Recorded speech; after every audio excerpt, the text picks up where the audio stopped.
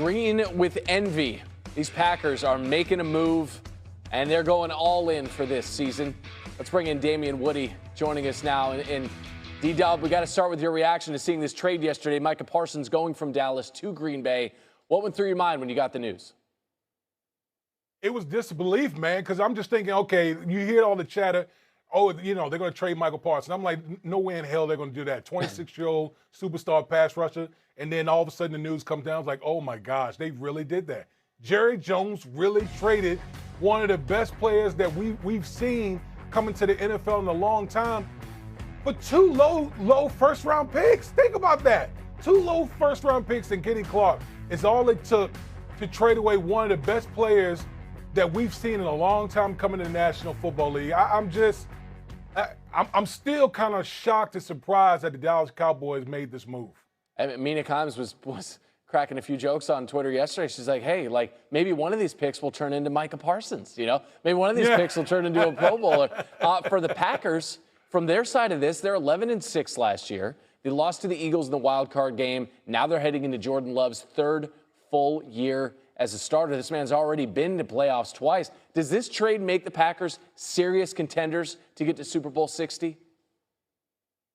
Well, the Packers are already, in my opinion, before the trade, a serious contender for a Super Bowl. And then you add a player the magnitude of Micah Parsons.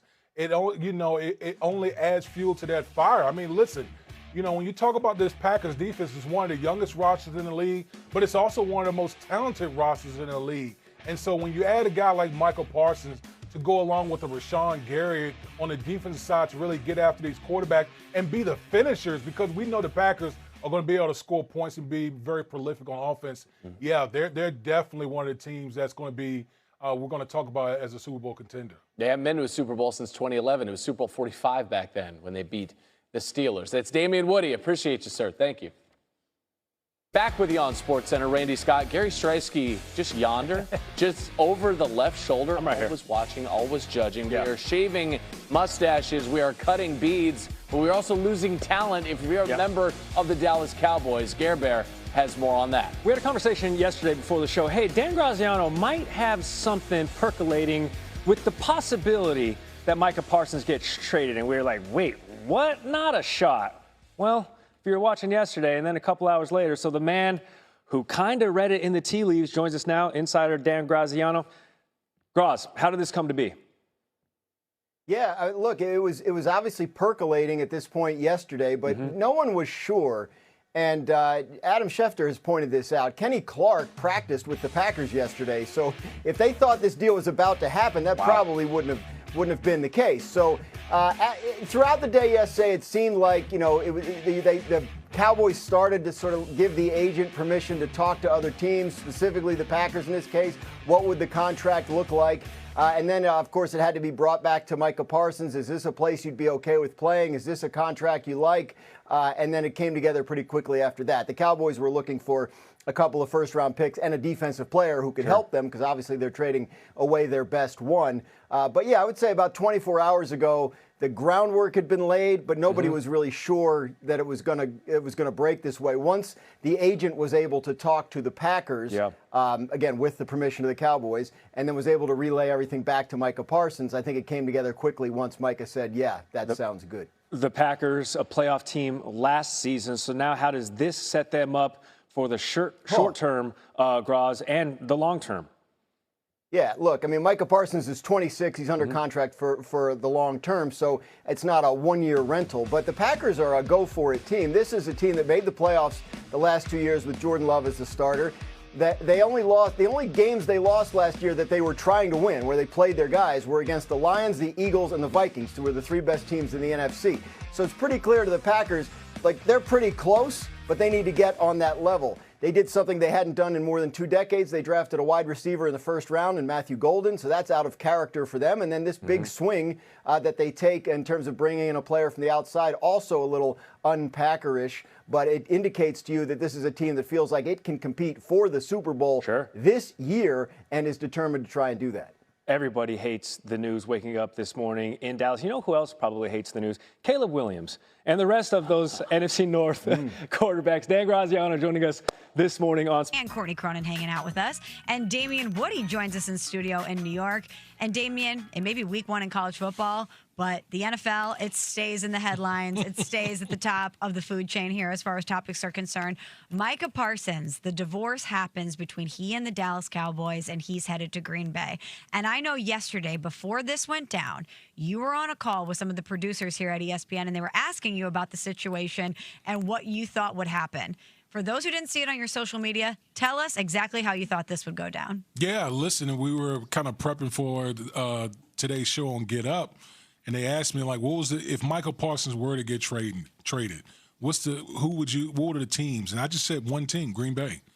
Felt like Green Bay made the most sense because I just felt like a team that's contending, that wants that extra piece to get them over the top. And literally, like 5 minutes later, Schefter tweets it out that he gets traded to Green Bay. So, boy, yesterday was an absolute whirlwind. And you know, for everyone out there, my wife is a huge Cowboys fan, and boy, it was a rough evening in the Woody household. I can tell you that. Rough. Dealing with Luka, and now there's a lot going on in Dallas. Damon, how much closer does this move make Green Bay to Philly in the NFC playoff picture? I always thought Green Bay was one of the teams in the NFC that we'll be talking about as far as the Super Bowl is concerned. But when you acquire, a generational player like Micah Parsons, I think like a top 5 player in the National Football League, he's that type of guy. Now obviously we're gonna be talking about Green Bay probably in a whole different vein right now, because when you talk about a guy that's a potential finisher, we know Green Bay will be able to score points. They got a lot of talent, a lot of young talent on both sides of the ball. But when you talk about pass rush is usually about guys who are able to finish ball games. And you got 2 guys on that Green Bay defense, Rashawn Gary and now Micah Parsons. Boy, that's a hell of a combo right there. So this Green Bay Packers team, yeah, they've elevated themselves to the next level. D-Wood, the reaction I got yesterday in talking with people around the league is, I can't believe they gave up that much for Micah Parsons, 2 first-round picks, and Kenny Clark. And in all of that, I'm thinking, Kenny Clark is part of this package. The guy had 1 sack last year. Were you surprised at the player that went to Dallas in the trade? Yeah, I mean, listen, I figured that they wanted a player that could help them defensively. So it didn't surprise me, but the whole notion of how much they gave up, I don't think they got enough. Same. I don't think they got enough. Those first-round picks are going to be bottom of the first round. Think about it. Are you going to honestly get a player of Michael Parsons' caliber in the bottom of the first round? Probably not. Mm-hmm. And so a lot of times when we see these type of mega trades, they usually don't work out for the team that's trading you. So obviously it's going to take some time to see what the Dallas Cowboys get in return. But you literally let go of a generational player that's only 26 years old. Mm. We're talking with Damian Woody, our ESPN NFL analyst here on Sportsmanlike. And Damian, let's go there for a second. The Dallas Cowboys let go of a generational player who is 26 years old. We've talked about this a lot, but we need to relitigate it. How badly did Jerry Jones and the Dallas Cowboys botch these negotiations with Micah Parsons? Oh, terribly, because this trade wasn't out of strategy. This trade was more out of emotion. Because everything we've heard coming out of Dallas and Jerry Jones was, we had this one-on-one meeting. We had a handshake deal, and I do business, handshake deals. And because of that, all of a sudden the whole thing, the relationship broke apart. But Jerry Jones is a smart businessman. He didn't make all his money just being emotional. He made his money by being strategic. And I don't think this was a strategic move, dealing your best player on the eve of the first game against the Philadelphia Eagles. If you're going to make this move, wouldn't it have made a lot more sense to do it in March? When you could have opened this thing up to a lot of other ball clubs to give them an opportunity to get their ducks in order to be able to make the best offer possible to acquire a player like Micah Parsons. But you waited until literally on the eve of the football season, limiting the teams that you could have to make this type of trade. It just doesn't smell or look like strategic planning by Jerry Jones and the Dallas Cowboys. Damien, I assume Cowboys players are going to say all the right things after practice today, but you've been in these locker rooms in moments like this. What are the real conversations among Dallas Cowboys players right now after a monumental move like this? Yeah, I mean, you're a lesser team. Think about that. Every player you want to go into the season feeling good, feeling like you have a chance at winning a Super Bowl. But let's face it, he was the best player on the team, and he got dealt right before the season. You don't mean to tell me that's not a gut punch to the guys in the locker room? It absolutely is. They're going to put on the good face. They're going to say all the right things, as they should. But at the end of the day, you lost your best player on your team, on a defense that we already had question marks about some of the aspects of the defense. Now, Micah Parsons not on that defense. So, man, it's first-year head coach and Brian Schottenheimer, all the whole new staff, and you lose your best player, man. That is not the way you want to go into your first year. Well, Jerry Jones apparently had question marks about the defense, specifically the run defense. That was the way that he justified why they needed to move Micah Parsons, which is so ludicrous when you think about it. But big picture-wise, Micah Parsons now goes to a defense that was top 5 last year. Whether he has run deficiencies in the run or not, what does this do in terms of the Packers' defense? Are they the best unit now in the NFL with him as the addition? Well, they're definitely a lot better. I don't know if they're the best unit. I mean, you're going to talk about, if we're talking about the best units, you got obviously talk about the Denver Broncos, the Houston Texans, the Baltimore Ravens. Those are some of the defenses that come off right at the top of my head that are going to contend to be one of the best. But you got to put the Green Bay Packers in that mix as well, again, because you got dynamic players in that front seven. I think the one aspect of the Green Bay Packers defense that you had question marks about was the cornerbacks. They're thin at the cornerback spot. But you know what helps the cornerbacks?